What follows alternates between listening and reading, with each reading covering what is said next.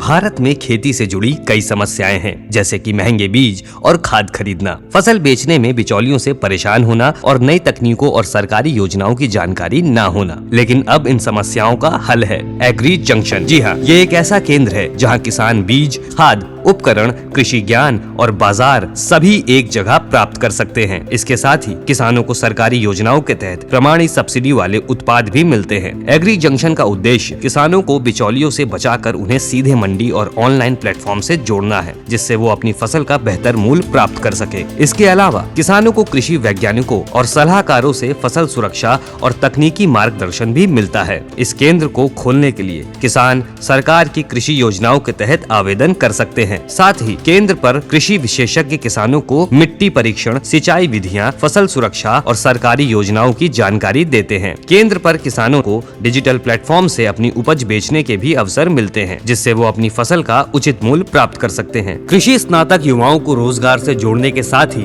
किसानों को स्थानीय स्तर पर कृषि निवेश, तकनीकी सलाह एवं विपणन हेतु केंद्र की स्थापना की जाती है।